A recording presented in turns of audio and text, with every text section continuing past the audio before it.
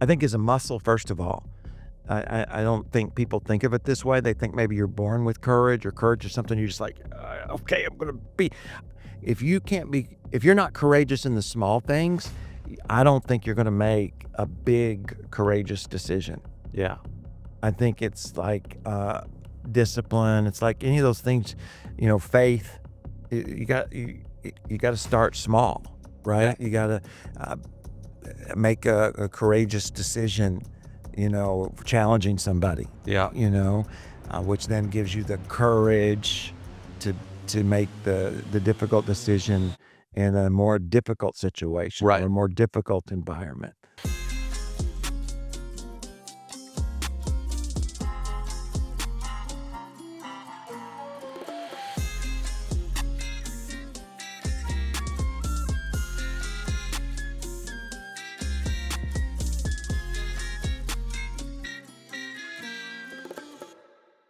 Hey guys, welcome to the Troy Gramling Podcast. Once again, it's an honor, as always, to come hang out a little bit. I say that every time because I truly mean it, that you would give us just a few moments to hang out, and hopefully we'll say something that will encourage you, and that together with what you guys leave in the comments, we can learn from one another.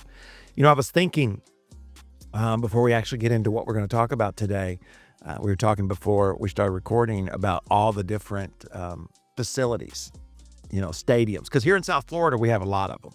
I remember in Arkansas, we had Jonesboro, Arkansas State University. I forget, they had a basketball. I forget what that was called. Then they built, well, you don't remember. Do you remember what any of the stadiums were called in Arkansas? No, definitely not. But anyways, they had Indian Field House. That's what it was called. It was like a field house. Like, that's back in the day when sports wasn't all about money. You know what I mean? A field house. You know what I mean? Like, I remember going to watch the college team play in the field house. And then they went to I don't know, 20,000 seat. I think they called it the Convocations. It's probably got a name now because they used to not name them. You know what I mean? Like, it was the Convocation Center, I think is what they called it. I don't even know what a convocation is, but that's what it was. Played a little basketball there. I remember one time I was going down to dunk the basketball, and I wanted to look real cool when I did it, so I didn't do it right, and I left it on the rim, and broke the rim down, and it threw the ball. So when it went up, because those rims break down, then pop back up real quick. Because I don't know how they do them now, but that's the way they used to do them. And so that it wouldn't break or bend. Breakaway rims, I think is what they call them, yeah. So it would break down and pop up, and it just threw that ball, and it got stuck in the roof up there. And they actually had to stop the game, bring out another ball so we could finish our ball game. I was quite embarrassed. Yeah. I was talking about with my wife, Jess, I think it was yesterday or 2 days ago, how it's crazy. Because she was talking about how crazy it is that people are in love with college sports as much as they are, specifically football. And I was bringing up, in Arkansas, there's no professional sports team. So it's kind of all you got. And now ASU has got the big arena, and they're Division I in football now. They were always Division I in basketball, but not in football, and they just got killed by the Razorbacks. When back in the day, the Razorbacks would never play ASU in basketball, and finally they did. And I think ASU was up the whole game, and it would have been so embarrassing for the Razorbacks at the time to have gotten beaten by ASU. And I think they ended up winning the Razorbacks won by like 2 points. Just barely got. That was one of those things where they had nothing to gain. Right. Because they're supposed to win. And but yeah, here, we were talking like I think it's the craziest thing the way they name these different stadiums, because it changes. The contracts don't seem to be very long. Like, I still call our football stadium Joe Robbie. Yeah. And that's the name of the man who used to own the football team. That's why it was called. He owned the football team. And then what happened is when he died, evidently, he's quite wealthy, but I guess he didn't do things, the way I don't know. Anyways, what happened is his kids, from my understanding, is his kids couldn't afford the inheritance tax. Mm, So they had to sell the team interesting. not because they couldn't afford the team, but they couldn't afford the tax on the team, being given the Yeah. team. So, it's been everything. It's Yeah. now I think it's the Hard Rock Stadium. Yeah. The Seminole Indians own everything. That they do. They own all the Hard Rock restaurants all over the world. Yeah. Um, Hard Rock Casino. they've turned those things around. Mhm. Like we have the big guitar here, Hard Rock Cafe and casinos, and seems like they've turned it around because Hard Rock used to be like cool. Yeah. You probably don't remember that. Do you remember? Uh, I mean, it was a big deal. People would go and they'd get Hard Rock, Hollywood, or London. I remember I went over and played basketball in London, and I had the number one thing I had to get was a Hard Rock London. I remember being young, going to Universal, and that was one of the restaurants that they Yeah. and I remember it having that logo. kind of no, they do, but it doesn't have quite the feel that it Right. did at that time. Yeah. Well, now the biggest thing at Hard Rock is Messi. Yeah. And I guess he's there. I don't know how he's connected with them, but I know they got He's always got a chicken sandwich or something that he's promoting on the menu. That's what I know. well, and he's got a million T-shirts there. Yeah. But so you have the Hard Rock, then you have Joe Robbie that is now Hard Rock, then you have AAA is what I call it. Yeah. It's not. It's not. It's not. That's where It's hard to keep up with. that's where the Heat play. Yeah. Well, and I think a great example is that coin that bought the AAA arena, and it was only that for, a very short period of time. But the FTX coin that bought that out, then that was a scam, and so everything had to change from there. I think it'd be so cool, and I know it would never happen because it's millions and millions of dollars, but it'd be more if you had somebody in the the church, any church, but it'd be awesome if it was our church. You know what I'm saying? And said, you know what? I'm going to name, I'm going to do the contract for the next 3 years or 2 years or whatever. And so the Miami Heat play at the Potential Church Coliseum or the Potential Church Arena. Or That'd be pretty cool. yeah, would I'm surprised it hasn't happened. Because there's a lot. I'm not surprised it hasn't happened here, but I'm surprised that because I can see a billionaire say, you know what, I'm going to get the name of my church. I love my church. It's made a difference in my life. I mean, what better advertisement than all over come on NBA on NBC. Well, nowadays, Church Arena. Nowadays, like what you were talking about, how his name was the stadium, he was the owner of the team. Nowadays, it's rare that happens. It's big company. I mean, the guy who because we also have the it was Bank of America or BB&T. It's now Amaranth, which is where the Panthers play. And the one of the guys who works there goes to the church, and he was telling me the ludicrous amount of money that is spent to get your name as the arena. But I think that there's it's all these massive companies. Well, you think, it is good advertising. Yeah. I mean, like, it's said on TV, it's said on the radio, it's said on the internet. The whole area is calling out your brand. Yeah. Just like I asked you, what's AAA called now? AAA is Kaseya? yeah. Like I said, what is, I have no idea what that is. Yeah. I looked it up. You know what I mean? And I wouldn't have. Yeah. And Amaranth is Amaranth. So you think that, oh man, it's a bank. I don't know let's say it's a normal bank. I don't know if it is, but it's oh man, I want a bank where and I'm sure they've got some kind of Panther connection. I'm sure. You know what I mean? So you can imagine if you had Potential Church Arena, or if I'm going to go to church somewhere, I'm going to go to. I'll go where the Heat go. Yeah. You know what I mean? Yeah. I count the games as church. We count that as our attendance. Yeah, 100%. One of the I can tell you right now would be number one fastest growing church in America. But I vaguely 100%. Because I remember when LeBron was there, they started dunking at warm-ups. Which in the NBA, they're way too cool to do that kind of stuff. But they started dunking. The Miami Heat started dunking in warm-ups to get people to show up on time. Yeah. And that still didn't work. Yeah, it makes you feel better though. Yes. It's like, okay, it's not us. Like, this is just the culture. I do remember vaguely him saying something that a alcohol company could not own the rights to the name. Because I I'm think sure cigarettes. Yingling was trying to be a part, but they can't have the rights to the name. Huh. That's I surprising. vaguely remember that. Because there's not a Hennessy Arena? I've never been. I know. Well, but I know like alcohol can advertise in magazines, but cigarettes can't. Or no, it's on TV. Like cigarettes don't advertise on TV. I don't think they can. Interesting. You know, alcohol can, but cigarettes can't. But anyways, I just think it'd be awesome because, you know, to have I wish some church would do that. Yeah. Because that'd be so awesome. I mean, like even if it's in wherever, you know, it'd probably be the Bible about like Alabama or somewhere like that. But like, hey, so who does they? Oh, yeah, Otaha. Georgia. So you got the Hawks. Yeah. The NBA on NBC. Come join us, Atlanta Hawks playing at the you know, whatever. Something church First arena. Baptist Church Arena. Yeah. That would be cool. I wonder if they do it. Yes, Joel, he's church. Lakewood is at the Summit.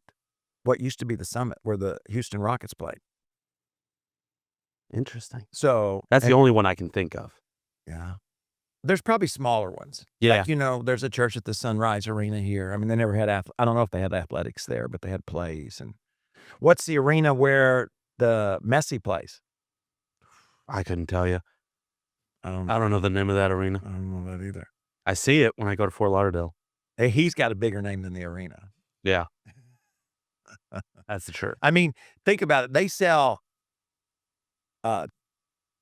all these jerseys that are pink and I say that word. Turquoise. Right? I mean, think about how big a name you have to be, because that's not what when you think about men's sports, you don't think about those colors. Even Miami, you know what I mean? I guess the Heat kind of have the turquoise and That's pink. that's that Miami feel.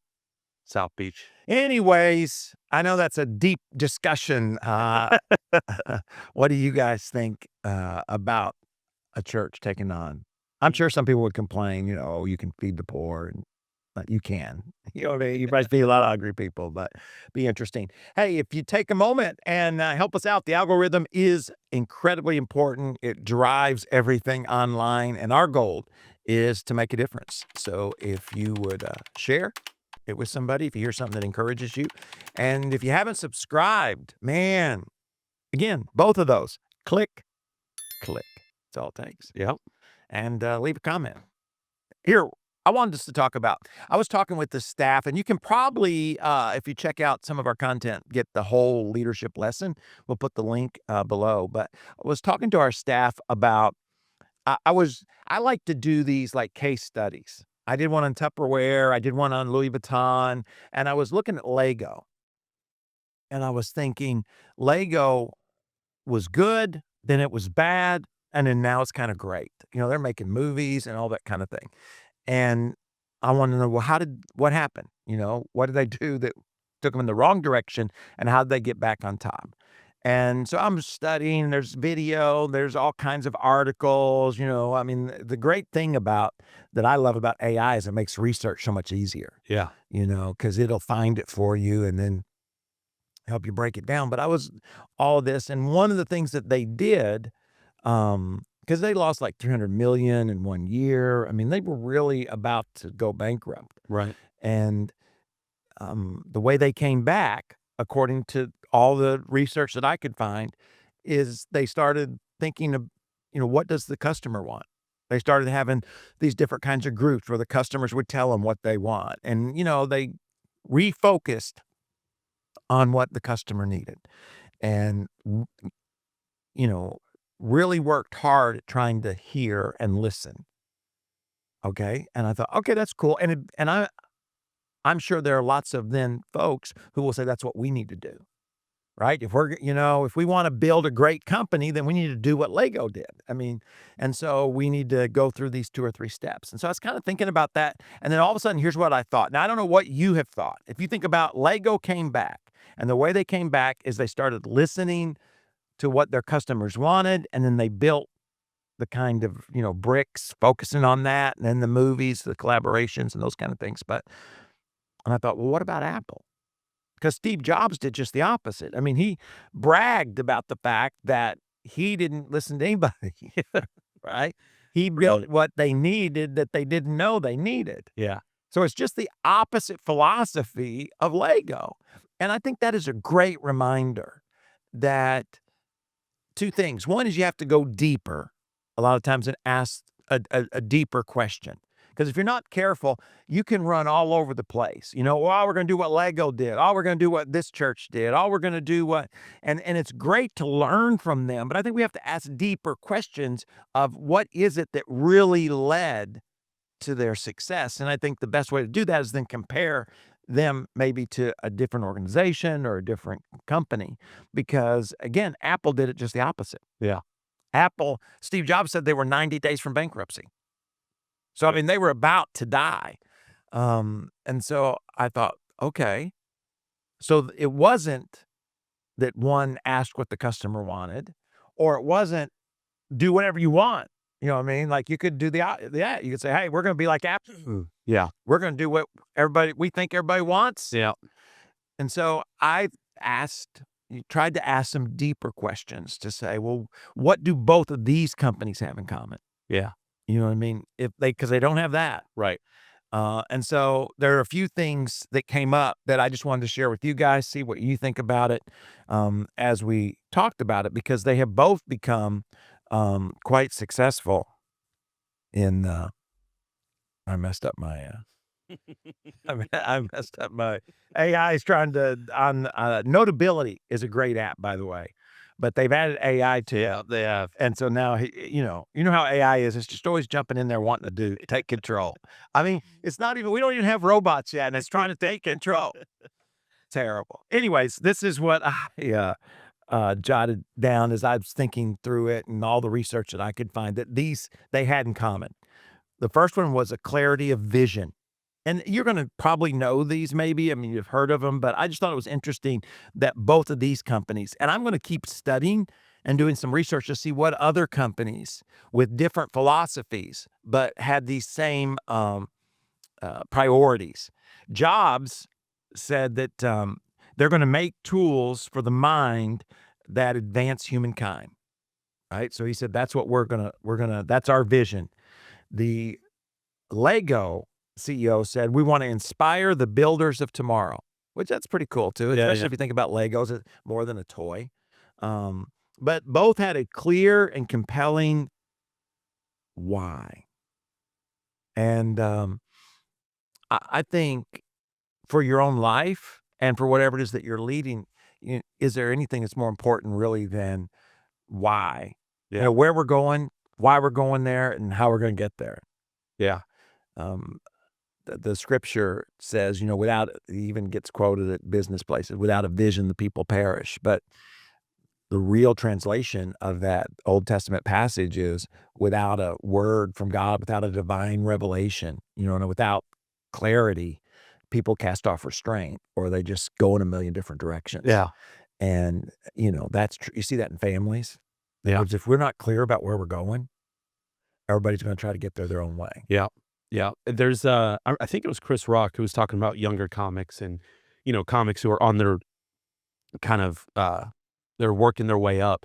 And when he would talk to them, they would be like, man, I don't know why this joke isn't working. Like it feels like it's funny. It should work. And he would tell them it's not that it's not funny, but the audience doesn't understand the premise of the joke. And so you've got to start with the basics. Why is this joke?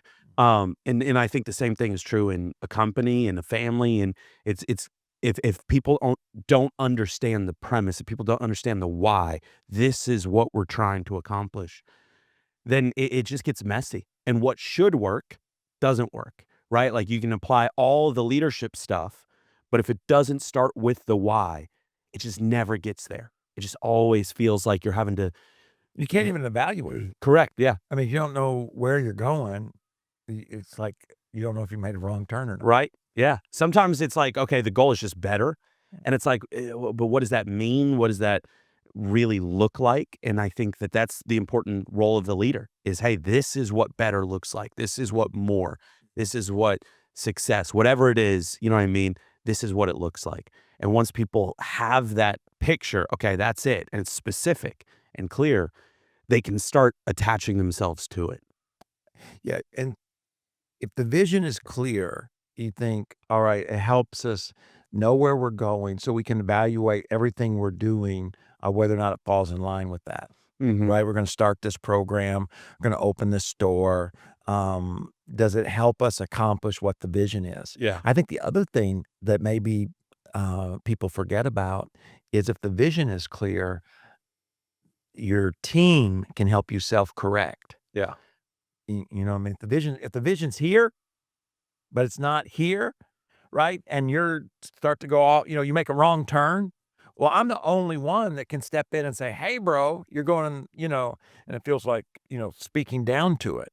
But if everybody knows we want to get to the other side of the room, Right. then anybody can step in and say, hey, it seems like you're going the wrong. Help me understand why you went left Right. when we're trying to go right. Right. Do you know something we don't know? Do you see something?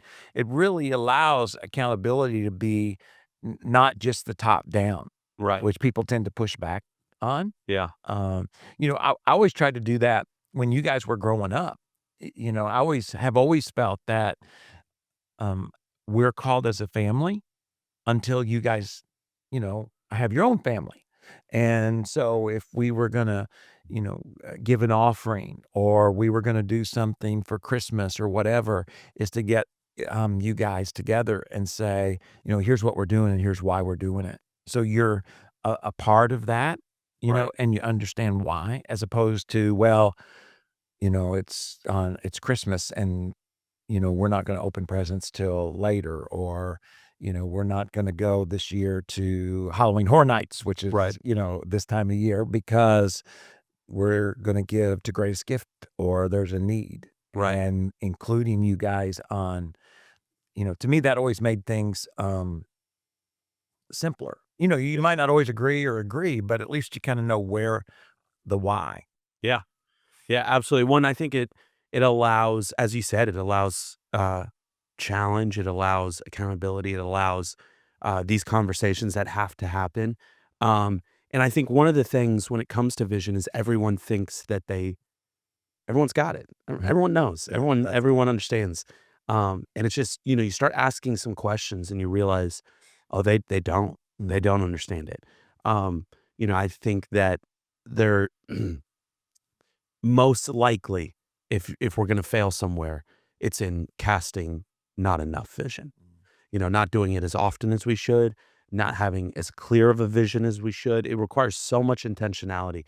And I just recently read in a book a quote that said, without intentionality, we will always default to the easiest possible option.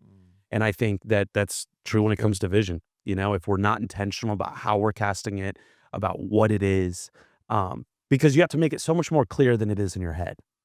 Like for everyone to understand it. In your head, it makes perfect sense. But for everyone to understand it, you have to spend so much time crafting that vision into something that people can grab onto.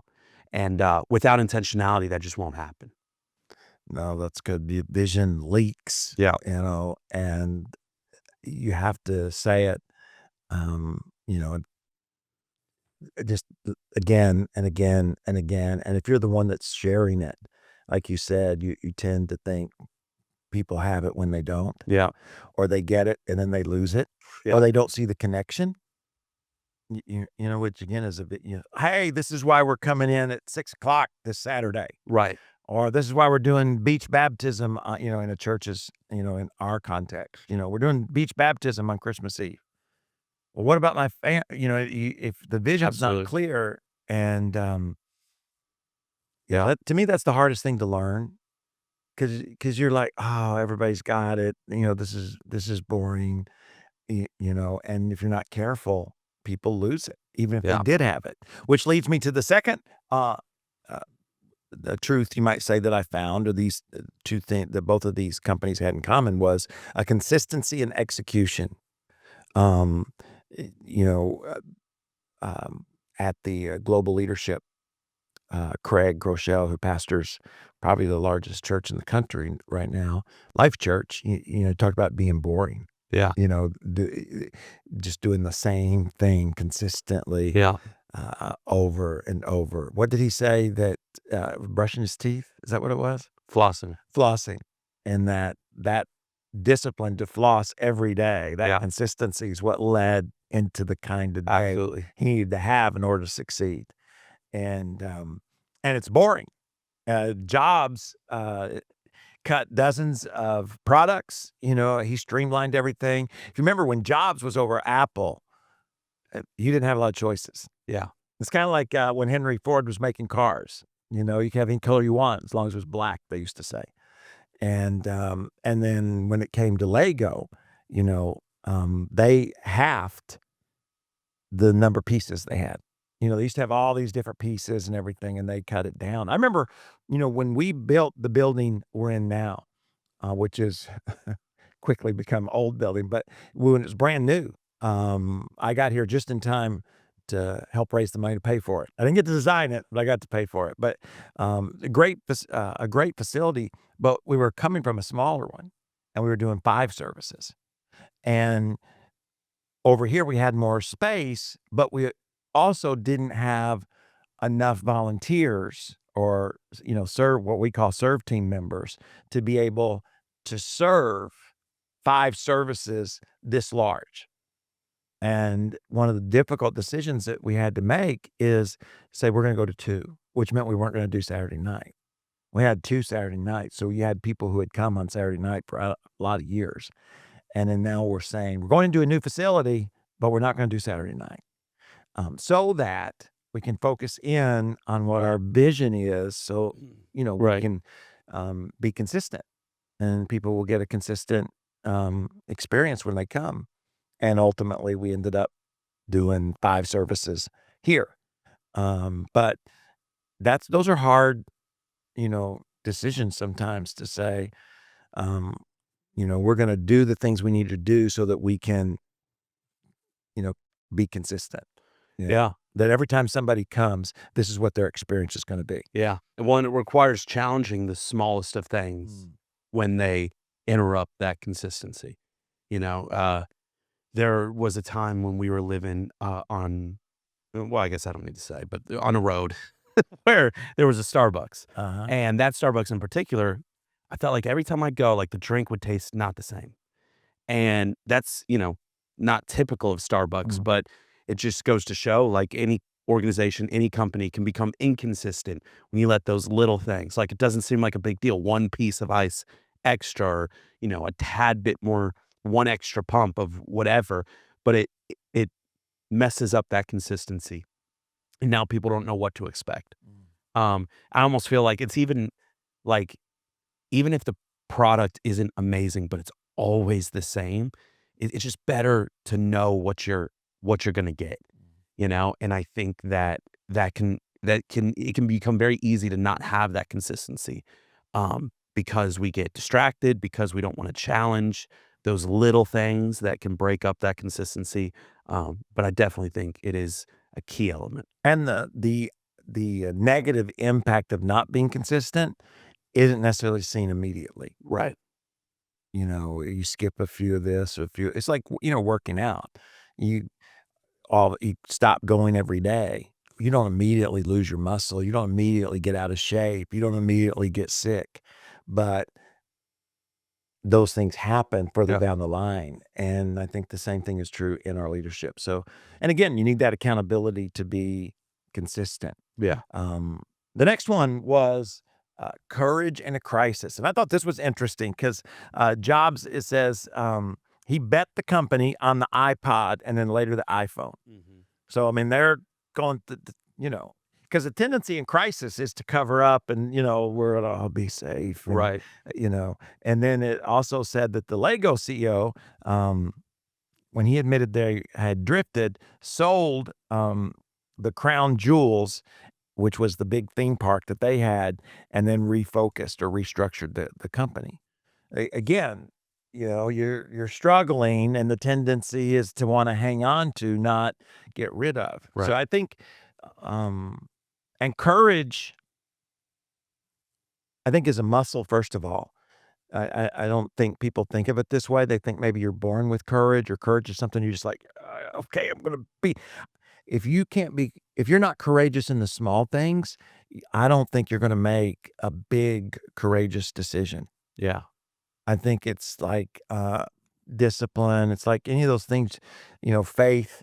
You got to start small, right? Yeah. You got to make a courageous decision, for challenging somebody, Yeah. which then gives you the courage to make the difficult decision in a more difficult situation, Right. or a more difficult environment.